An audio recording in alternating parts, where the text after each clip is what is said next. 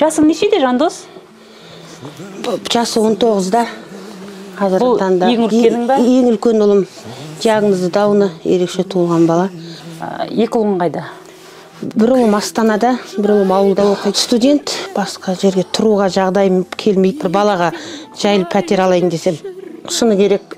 Осылардың тамағын, киімін әрең тауып беріп отырмын. Шыны, сөздің шыны. Папалармен ажырасып кеткенбіз. Ол кісіден ешқандай көмек жоқ.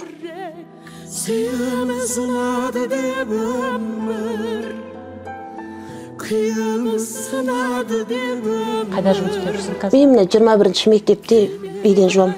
Жарты сағатта жия қайта-қайта жүгіріп келіп қарап отырам. Тамақ бермесем оларға қалай жұмысқа амалсыз шығам.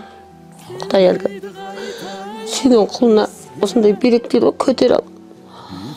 Просто қиналам. Кейде шыны керек.